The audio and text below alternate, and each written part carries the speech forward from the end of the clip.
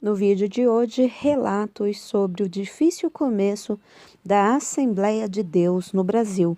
Uma matéria publicada no jornal Mensageiro da Paz em junho de 1981, sobre a comemoração dos 70 anos da denominação no Brasil.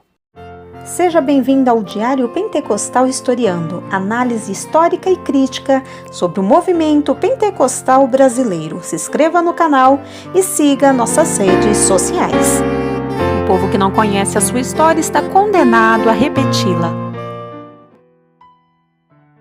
No dia 13 de junho de 1911, Raimundo Nobre, seminarista de uma igreja evangélica em Belém do Pará, excluiu, por causa do batismo no Espírito Santo, os seguintes irmãos: Celina de Albuquerque, Henrique de Albuquerque, Maria de Nazaré, José Plácido da Costa, Piedade da Costa, Prazeres da Costa, Manuel Maria Rodrigues, Jerusa Dias Rodrigues, Emília Dias Rodrigues, Manuel Dias Rodrigues, João Domingues, Joaquim Silva, Bem-vinda Silva, Teresa Silva de Jesus, Isabel Silva, Ana Silva, José Batista de Carvalho, Maria José Batista de Carvalho e Antônio Mendes Garcia, sendo também expulsos os missionários Gunnar Wingren e Daniel Berg.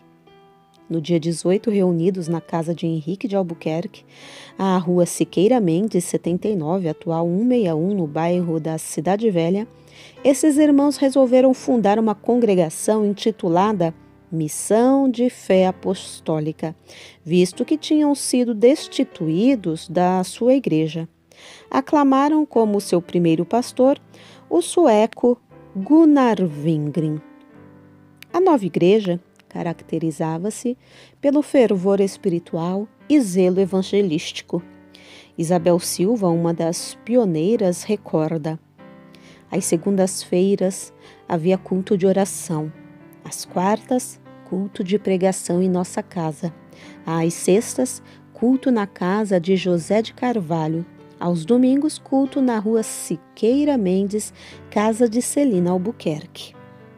Daniel Berg auxiliava Wingren no serviço de distribuição das Sagradas Escrituras e na evangelização dentro e fora de Belém. Daniel conta como foi o início do seu trabalho. Na primeira porta que bati, fui bem recebido. Era o primeiro freguês e não podia deixar de comprar. Além disso, o serviço de colportagem dava-me a oportunidade de conversar com as pessoas e convidá-las para assistirem aos cultos. Para mim, eram momentos de alegria quando reconhecia, assentados nos bancos da igreja, aqueles que compraram livros ou que foram convidados a ouvirem a palavra de Deus. Alguns se converteram em crentes fiéis. Muitas dificuldades surgiram, mas não foram suficientes para empanarem o brilho das vitórias alcançadas pelo pioneiro, pois sempre encontrava pessoas que aceitavam de bom grado a palavra de Deus e se convertiam a Cristo. Podemos afirmar, conforme o seu relato, que esse trabalho de semear o evangelho de casa em casa naquelas regiões resultou na formação de muitas igrejas. Tanto eu como Wingren éramos convidados seguidamente para realizarmos batismo de novos convertidos que aumentavam dia a dia.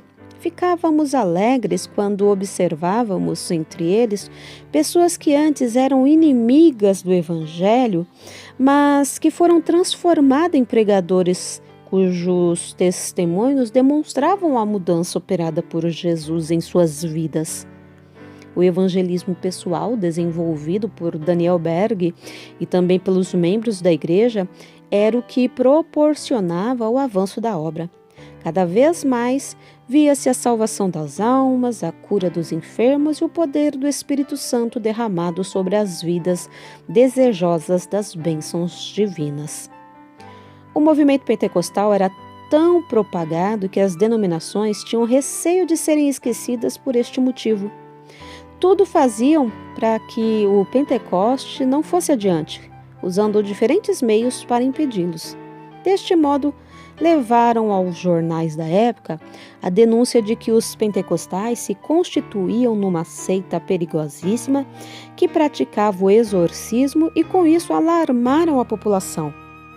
O jornal Folha do Norte, interessado em saber o fundamento daquele boato, enviou um repórter disfarçado a fim de averiguar o que realmente acontecia nos cultos.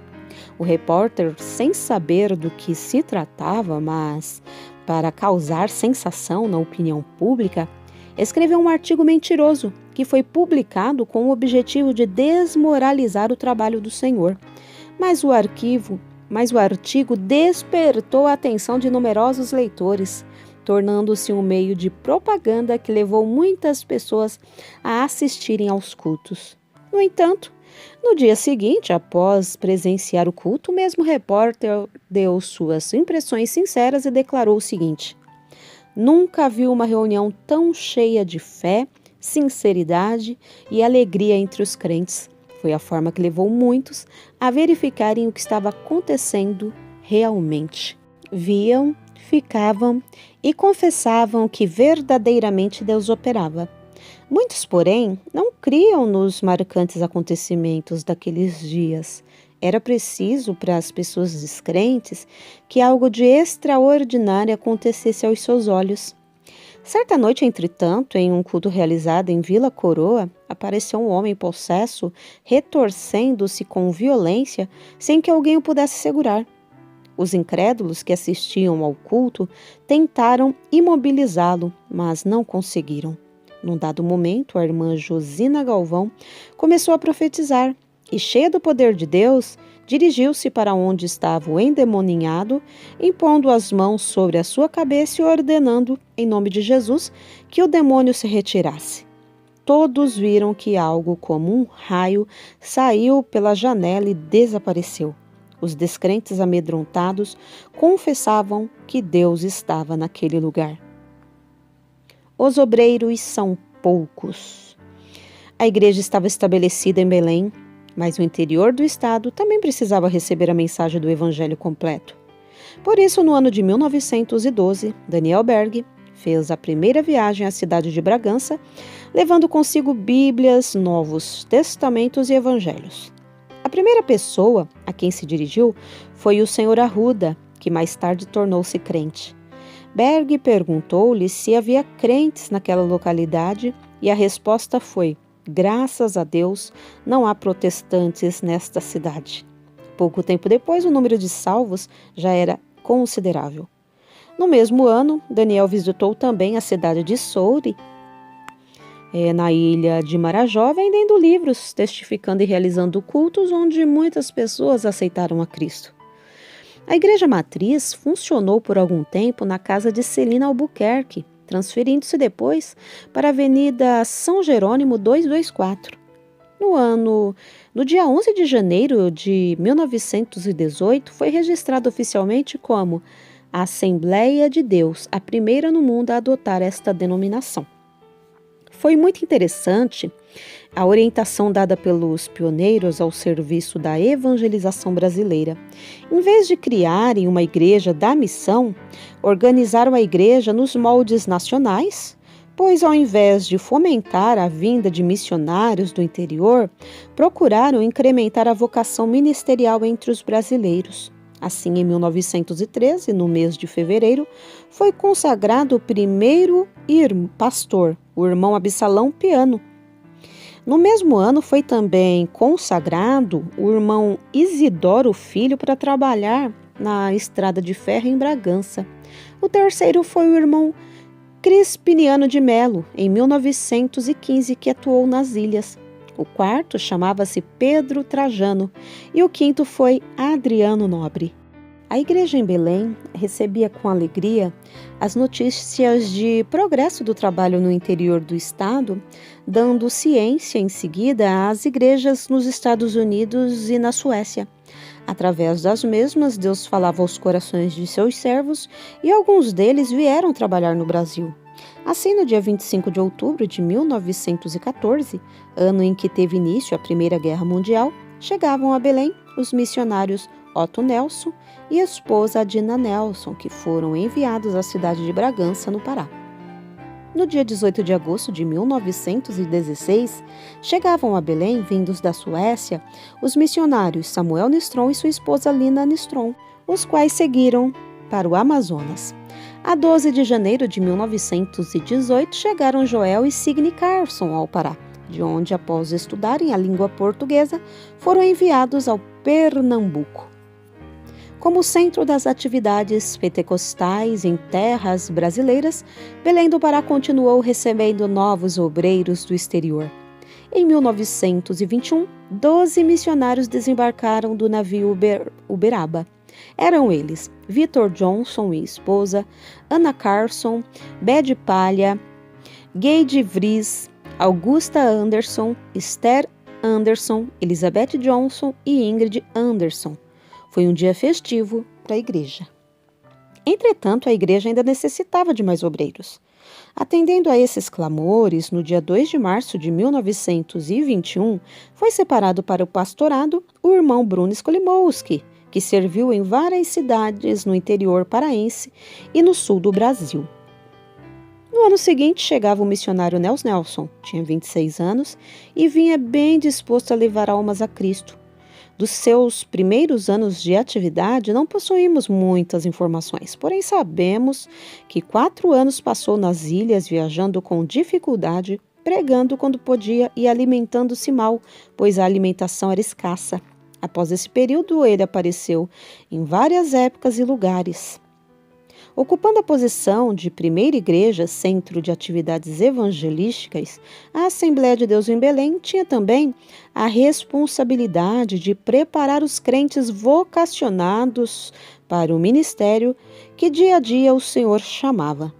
Considerando essa necessidade, a igreja organizou e realizou a primeira escola bíblica. Dirigiu o estudo o missionário Samuel Nistron, que se estendeu de 4 de março a 4 de abril de 1922. A segunda escola bíblica realizou-se nos dias 24 de março a 28 de abril de 1924. O número de participantes foi além de 40, vindos de várias cidades do Pará e dos estados do Ceará e Rio Grande do Norte. Gunnar Wingren, depois de comovedores cultos de despedida, viajou com a família no dia 21 de maio de 1924 para a cidade do Rio de Janeiro, onde chegou no dia 3 de junho. Ocupa a direção da igreja em Belém o irmão Samuel Nistron, que tinha como colaboradores o missionário Nels Nelson e os pastores Plácido, Aristóteles, Josino Galvão, Antônio do Rego e Pedro Trajano. Hoje, 70 anos depois, as Assembleias de Deus continuam empunhando a chama acesa do Espírito Santo, anunciando as boas novas de salvação, como nos primeiros dias, na certeza da grande vitória. Há precisamente 70 anos nasceu a Assembleia de Deus no Brasil.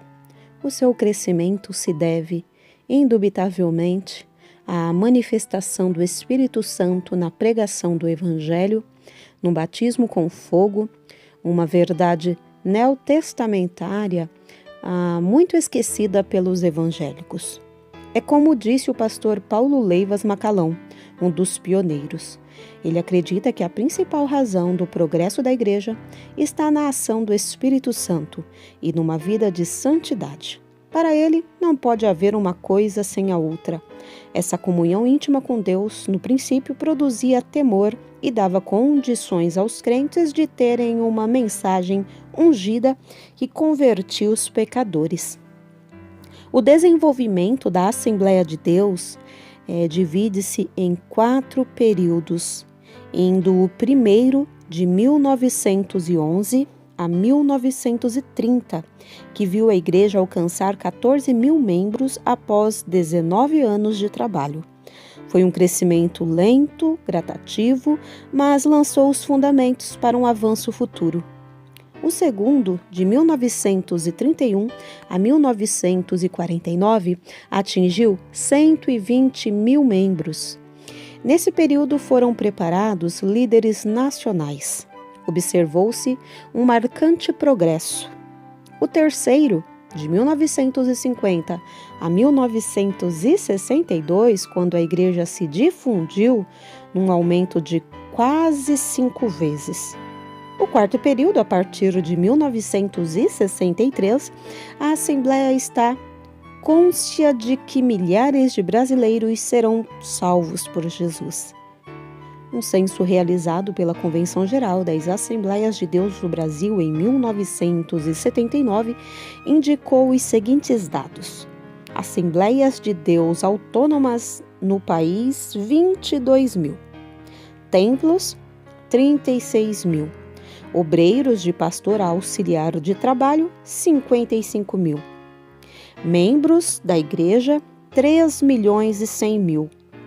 Congregados, não batizados e crianças, 2 milhões e 500 mil. Escolas dominicais, 14 mil. Alunos da escola dominical, 900 mil. Professores e obreiros ligados à escola dominical, 45 mil. Missionários no exterior, 78. Total de fiéis, 5 milhões e 600 mil. Apontam-se várias razões para a boa receptividade do povo brasileiro ao Evangelho. O contínuo desarraigamento e mudanças de um lado para o outro e fatores de toda a espécie.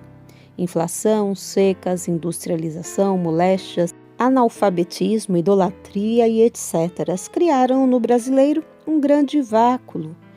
As pessoas sentem um vazio dentro de si mesmas e se tornam receptivas ao Evangelho pregado na unção do Espírito Santo. A Igreja Pentecostal hoje, implantada em todos os estados e territórios brasileiros, é uma igreja de massa populacional. E enquanto puder atender a necessidade da mesma, continuará crescendo desde que continuem apresentando Jesus Cristo como a única esperança para o mundo. Nos seus primeiros anos, quando Deus começou a operar, houve um homem de outra denominação que argumentou dizendo: dentro de 10 anos não haverá mais pentecostais no Brasil.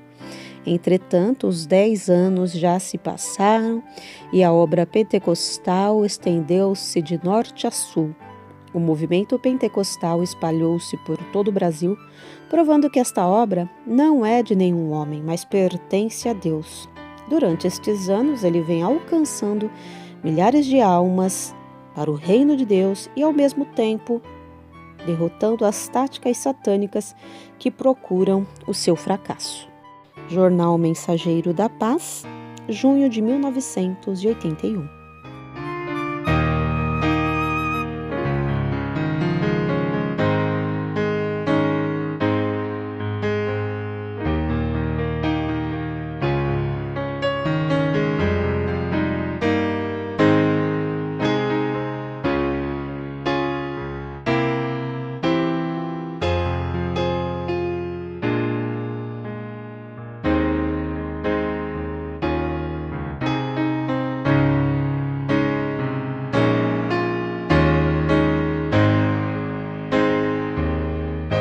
Porque nada podemos contra a verdade, senão pela verdade. Segunda carta aos Coríntios 13:8.